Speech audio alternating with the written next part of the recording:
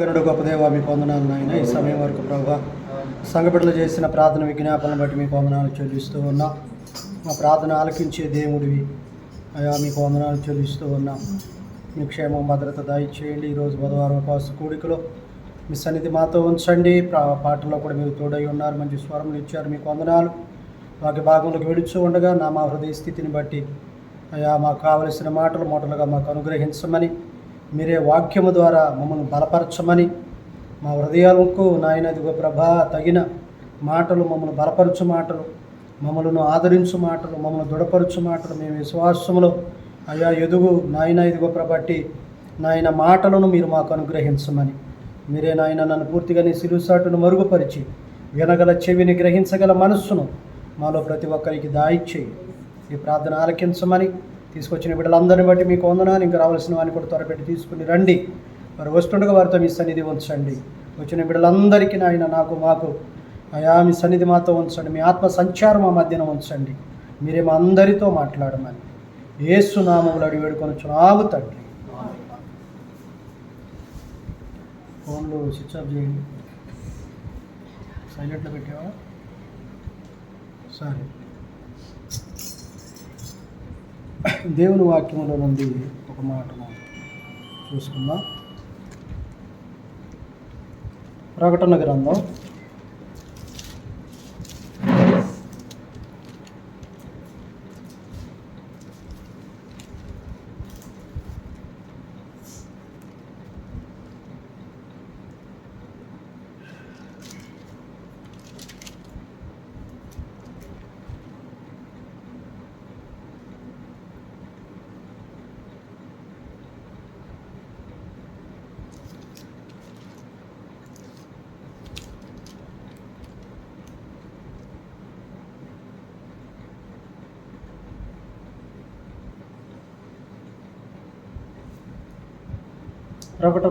8వ అధ్యాయము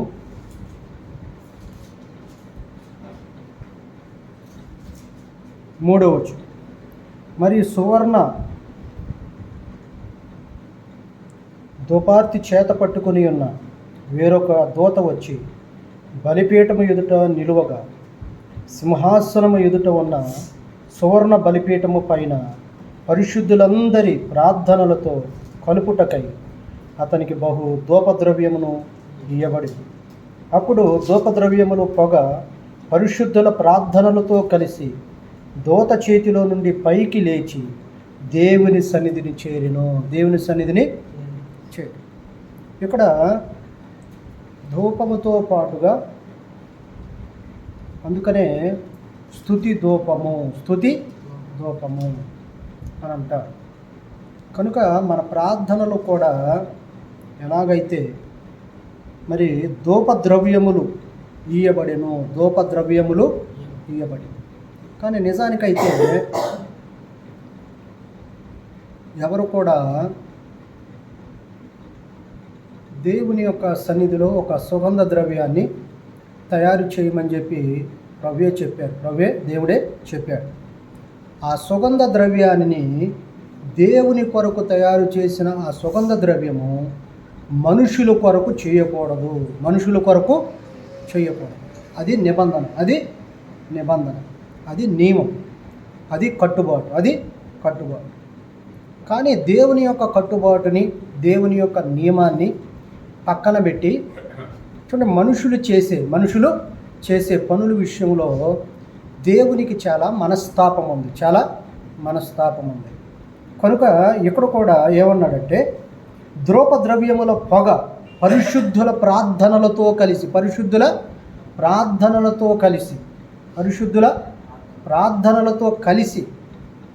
ఎక్కడికి వెళ్తుందంట? అది దూత చేతిలో పైకి దేవుని సన్నిధిని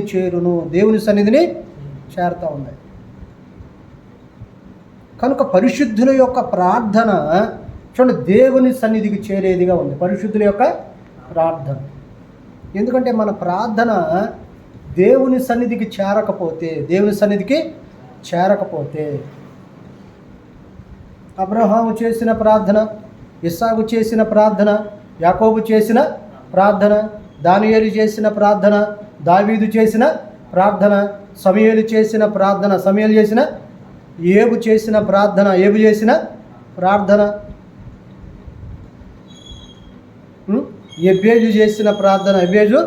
చేసిన ప్రార్థన. చూడండి, చాలామంది యొక్క ప్రార్థనలో ఎక్కడ చేరినట్లుగా మనం చూస్తున్నాం? దేవుని సన్నిధికి చేరినట్లు. అలాగే కొర్నేలి యొక్క ప్రార్థన కూడా నీ యొక్క ధర్మ కార్యములు, నీ ప్రార్థన ఆయన సన్నిధికి చేరును. కనుక దేవుని యొక్క సన్నిధికి చేరేదిగా మన ప్రార్థన ఉండాలి. భక్తులు దేవునితో ఉన్నంత సమీపముగా చూడండి, ఈ దినాలలో ఉన్న మనుషులు ఉండలేకపోతున్నారు.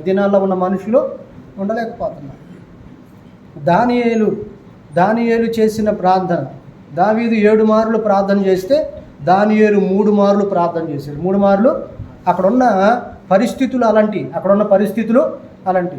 ఆ 3 సార్లు చేసిన ప్రార్థన బట్టి కూడా దానియేలు మీదకి అపాయం వచ్చిందా, రాలేదా? సింహాల బోనులో తీసుకుని వెళ్ళి అక్కడ వేసేసారు. కానీ వేసినా కానీ ఏమైంది? సింహాలు నోళ్ళు మూసాడు దేవుడు. కనుక ఉన్న పరిస్థితులను బట్టి కూడా మనకున్న పరిస్థితులు ఏమున్నాయి? కొన్ని చోట్ల మన ఒక సేవకుడిని చూడండి చంపేశారంట. విజయనగరంలోనూ ఏదో ప్రాంతంలో. కానీ అక్కడున్న పరిస్థితులు అయ్యి ఎప్పుడైతే దేవుని యొక్క సేవకుల్ని, సువార్త అనేది ఏంటంటే మంచి వార్త. ఏ వార్త? మంచి వార్త. నీకు మంచి వార్త చెప్పడానికి వచ్చిన వాడిని, నీకు మంచి వార్త, ఏ వార్త అది? మంచి వార్త. నీకు మంచి వార్త తీసుకొచ్చిన వ్యక్తిని నువ్వు చంపినా, కొట్టినా, తిట్టినా, దూషించినా, నిందించినా, కీడు చేసినా, ఏది చేసినా సరే ఏమొస్తుంది నీకు? నీతిమంతుల యొక్క రక్తమును గురించి అధికారులు అడగకపోవచ్చు. వాళ్ళు పోలీసులైనా, లేదా అధికారులైనా, అధికారంలో ఉన్నవాళ్ళైనా చూడండి, ఎవరైనా నిన్ను అడగకపోవచ్చు. కానీ ఎవరు అడుగుతారు? దేవుడు అడుగుతాడు. సుపీరియర్ అంటే పైవాడు, అధికారుల కన్నా చూడండి సర్వాధికారి అయిన దేవుడు.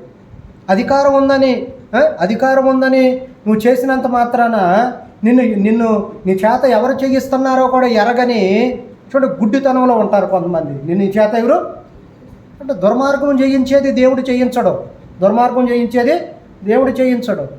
పగవాడికైనా అన్నం పెట్టే మనస్తత్వం కలిగిన వాడే దేవుని ఆత్మ కలిగినవాడు. పగవాడికైనా అన్నం పెట్టేవాడు. కుక్క ఉంది చూడండి, మనం ఒక ముద్ద వేస్తే మరలా వేస్తామేమోనని చెప్పి మనం ఎక్కడికి వెళ్ళినా మన ఏమిటి వస్తుంది.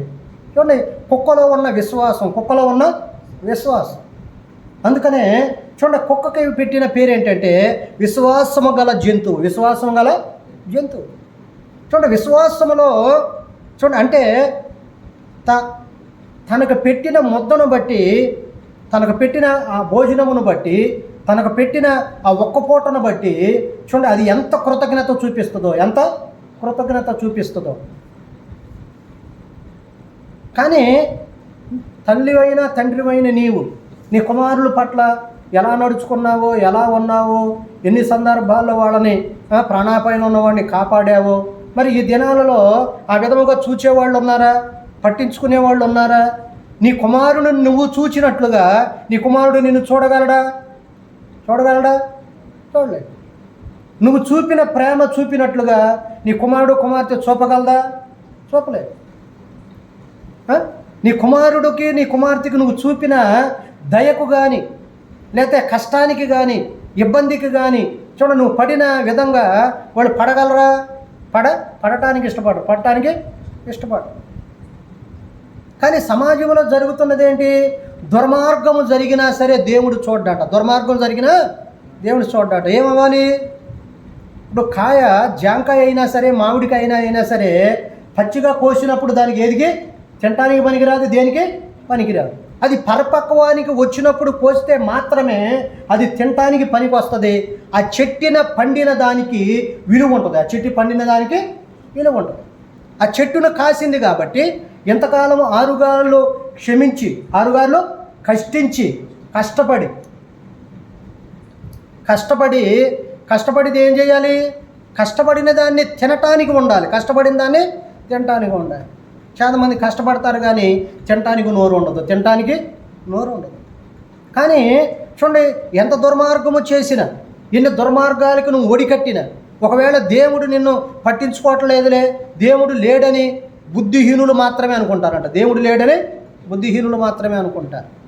కానీ నీతిమంతుల ప్రార్థనలు, పరిశుద్ధుల యొక్క ప్రార్థనలు వైపుకు ఆయన తన చెవిని పెడతా ఉన్నాడు. ఆయన ఆలకిస్తూ ఉన్నాడు. వారు చేసిన ప్రార్థనలు ఆయన సన్నిధికి చేరుతా ఉన్నాయి. అయ్యా, మమ్మలను ఈ విధముగా హింసించారు, ఈ విధముగా దూషించారు, ఈ విధముగా నిందించారు, ఈ విధముగా మమ్మల్ని కష్టపెట్టారు, ఈ విధముగా మమ్మల్ని హింస పెట్టి చంపారు. అయినా సరే నువ్వు ఎందుకని మమ్మల్ని పట్టించుకోవు, ఎందుకని మా విషయంలో వారికి తీర్పు తీర్చవని పరిశుద్ధుల యొక్క ప్రార్థనలు దేవుని సన్నిధికి చేరుతున్నాయి. నీ పాపము పండందే, నువ్వు చేసిన దుర్మార్గాలకి నీ పాపము పండందే. చూడండి, నీ మీదకు ఉగ్రత రాదు. ఎందుకంటే దేవుని యొక్క కార్యాలు మనుషులు ఎరగరు. మనుషులకు తెలుసుకోరు. దేవుని కార్యాలు మనుషులు ఎరగరు. దేవుని కార్యాలు మనుషులు తెలుసుకోరు. వాళ్ళకి అర్థము కాదు. వాళ్ళ జ్ఞానానికి అందదు. అది మర్మము, అది అగోచరమని దేవుడే చెప్పాడు.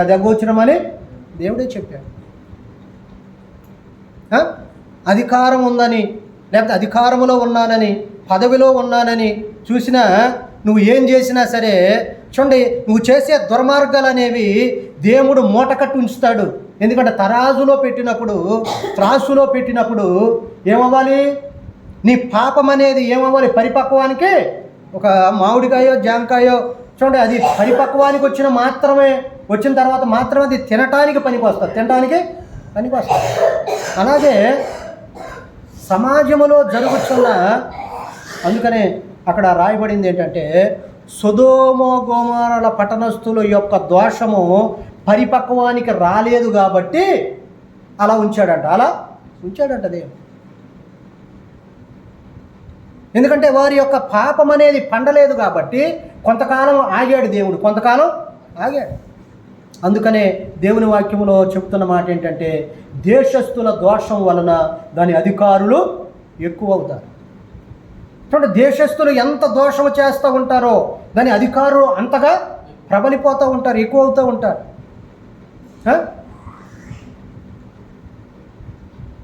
ఆ దినాల్లో కూడా, మోషే ఉన్న దినాల్లో కూడా 10 మందికి ఒక్కడిని, 50 మందికి ఒక్కడిని, 100 మందికి ఒక్కడిని, అలా చూడండి ఒక్కొక్క అధికారిని పెట్టుకుంటూ వెళ్ళాడు ఆయన. ఒక అధికారిని పెట్టుకుంటూ వెళ్ళాడు.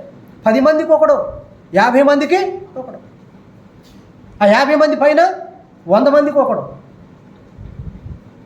అంటే 10 మందిలో ఉన్న ఒకడు వాళ్ళకి చూడండి, ఏదైనా తగాదా, ఏదైనా సమస్య వస్తే ఈ 10 మందిలో ఒకడు తీర్చాలి.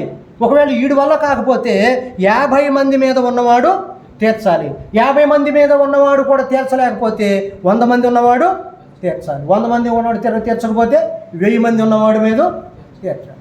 వీడి వల్ల ఎవరి వల్ల కాకపోతే మోషే దగ్గరికి రావాలి. అది కట్టుబాటు పెట్టింది దేవుడు. మరి దినాలలో ఆ కట్టుబాటు ఉందా? అయ్యో, నేను తప్పు చేస్తున్నాను కదా, నేను పొరపాటు చేస్తున్నాను కదా, నేను తప్పులో ఉన్నవాడిని తప్పులో నుండి రాలేకపోతున్నాను, పొరపాట్లో ఉన్నవాడిని పొరపాట్లో నుండి బయటికి రాలేకపోతున్నాను, నాకు దూరటానికే కంత లేదు, ఇంకా నాకు భార్య ఉంది, పిల్లలు ఉన్నారు, వీళ్ళందరినీ మెడకు ఒక డోల్లాగా తగిలించుకున్నాను. ఏం చేయాలని ఎవరైనా ఆలోచిస్తున్నారా? అయ్యో, నాలోనే మార్పు లేదు, నాలోనే పరివర్తన లేదు, నా మాటలలో మార్పు లేదు, నా విధానములో మార్పు లేదు, నాకున్న వ్యసనాలలో మార్పు లేదు, నాకున్న అలవాటులలో మార్పు లేదు, చూడండి, అన్ని అలవాట్లు ఉన్నా సరే అసలు నేను ఎంత చక్కగా ఉన్నానో, నాకన్నా ఎవడన్నా బాగున్నాడా అని అనిపిస్తారు అని అనుకుంటారు.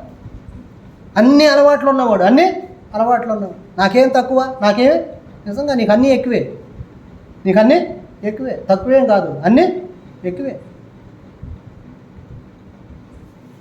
అందుకనే దేవుడు కూడా ఏంటంటే చూడండి, ఎవరినైనా సరే, ఎవరితోనైనా సరే చూడండి, ఆయన అంటున్న మాట ఒకటే, నా కుమారి, నా కుమారుడా, నీ హృదయమును నాకిమ్ము.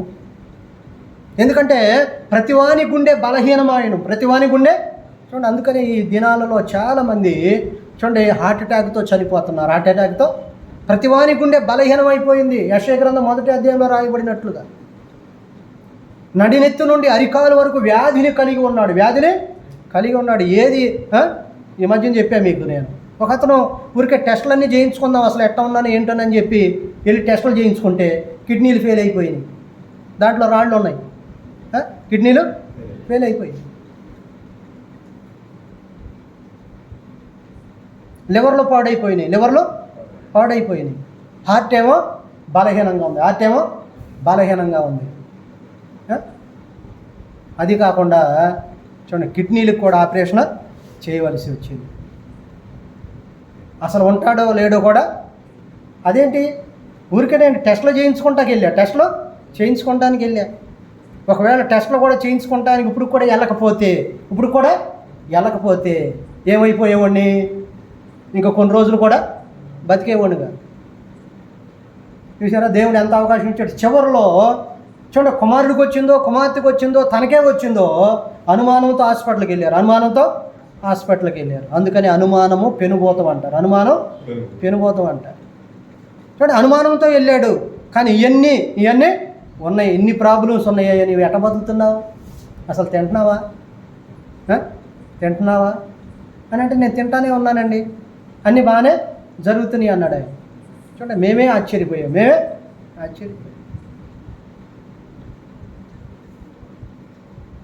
కానీ 2 సార్లు అవకాశం ఇచ్చాడు దేవుడు. 2 సార్లు అవకాశం ఇచ్చాడు ఆయనకి దేవుడు. కానీ ఆ 2 అవకాశాలను కూడా ఆయన ఉపయోగించుకోవాలి. దేవుడు నీకైనా నాకైనా ఒక జీవితం ఇచ్చాడు.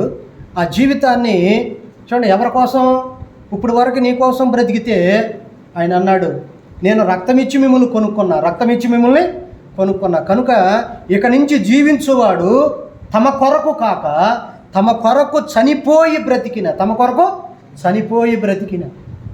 ఆయన కొరకే, క్రీస్తు కొరకే మనం జీవించాలని చెప్పి. మరి దినాల్లో ఎంతమంది క్రీస్తు కొరకు బ్రతకాలని ఆశ కలిగిన వారుగా ఉన్నారు, అందుకని ఒక ఆయన పాడాడు, ఒక ఆశ ఉందయ్యా, నా ఆశను తీర్చయ్యా. చాలా చెప్పాడు ఆయన, ఒక ఆశ ఉంది, ఒక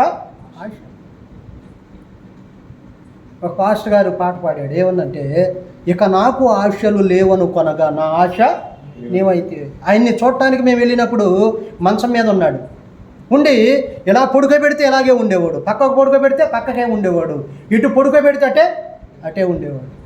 కానీ వెళ్ళి ప్రార్థన చేసి వచ్చిన తర్వాత దేవుడు ఆ వ్యక్తిని బాగు చేశాడు. అందుకే అంటారు, ఒకళ్ళు అడుగుపెట్టిన వేళ విశేషం ఎలా ఉంటుంది, దేవుడే వచ్చినట్టు ఉంటుంది. కానీ కొంతమంది అడుగు పెడితే పెట్టిన చోటల్లో భస్మం, అదే భస్మాన్ని రాసుకుంటారు కొంతమంది, అదే బూడిద. అందుకని అన్నాడు, బూడిద తినుచున్నాడు వాడు మనస్సు మోసపోయినదై. వాడి మనస్సు, చాలామంది సమాజంలో జరుగుతున్నది అదే, వాని మనస్సు మోసపోయి వాడు బూడిద తినుచున్నాడన్న సంగతి తెలియట్లా. నేను బూడిద తింటున్నాను కదా, నేను మోసపోయిన వ్యక్తిగా ఉన్నాను కదా, నేను మోసపోయి అందరినీ మోసగిస్తున్నాను కదా నువ్వు అనుకుంటున్నాను. అనేక మందిని మోసగిస్తున్నానులే, అబ్బో నేను మోసగిస్తున్నానులే అని అనుకోవచ్చు. కానీ ఎవరిని మోసగించలేమండి, నిన్ను నీవే మోసం చేసుకున్నట్టు,